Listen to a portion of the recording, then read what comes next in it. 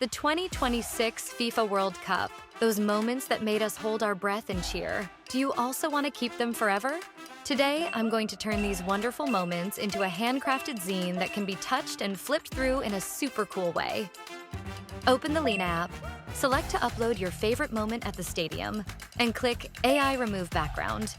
Pick out all your favorite players and wonderful moments, and get your material library ready.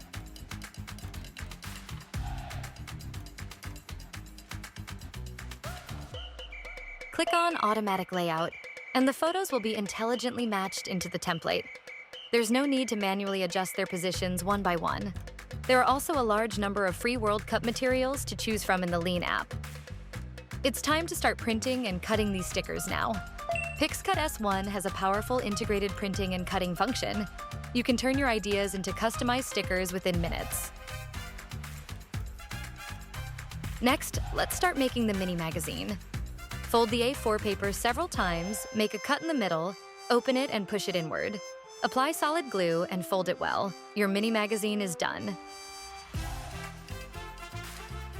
This is our 2026 FIFA World Cup themed handmade zine.